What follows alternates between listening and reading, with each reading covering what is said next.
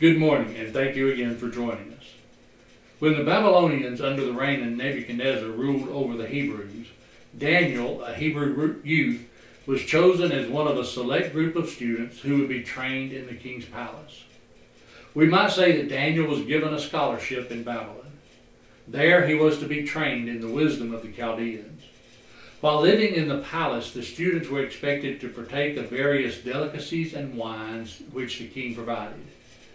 These things were not lawful for Hebrews to eat, and Daniel knew he should not accept them.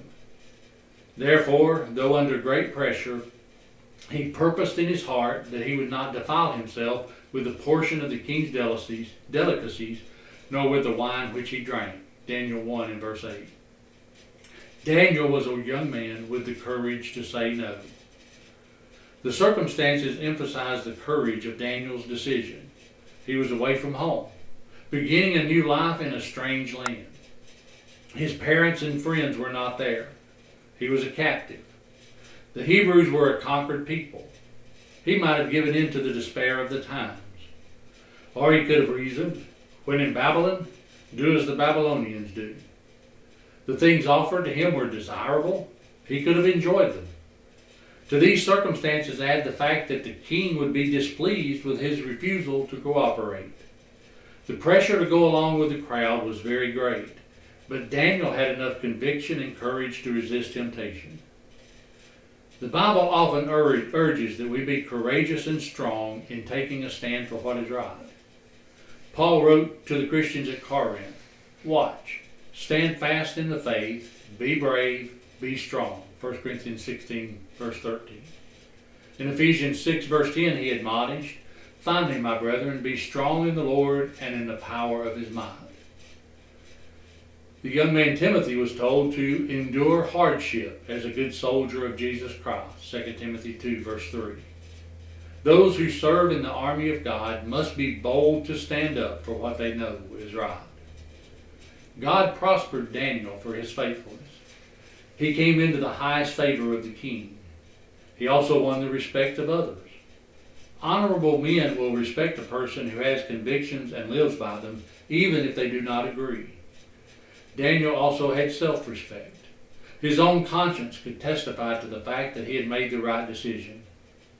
We cannot read of the courage of Daniel without being impressed with the wonderful way everything turned out for the best.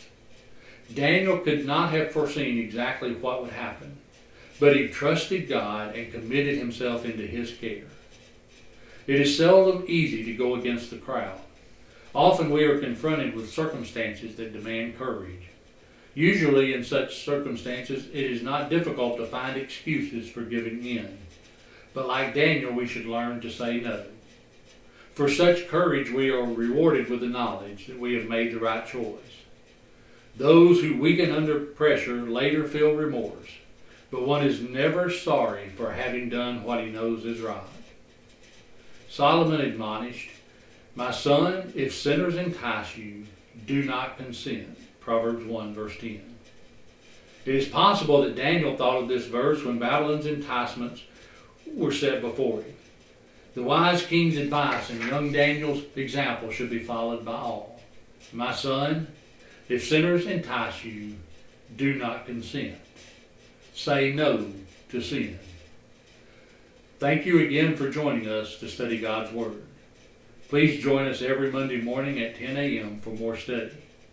You are also invited to join us for our assemblies each week. On Sundays we have Bible classes for all ages at 9:30 and worship at 10:30. Our Wednesday Bible study is at 7. Our worship assemblies are also live streamed on Facebook and YouTube.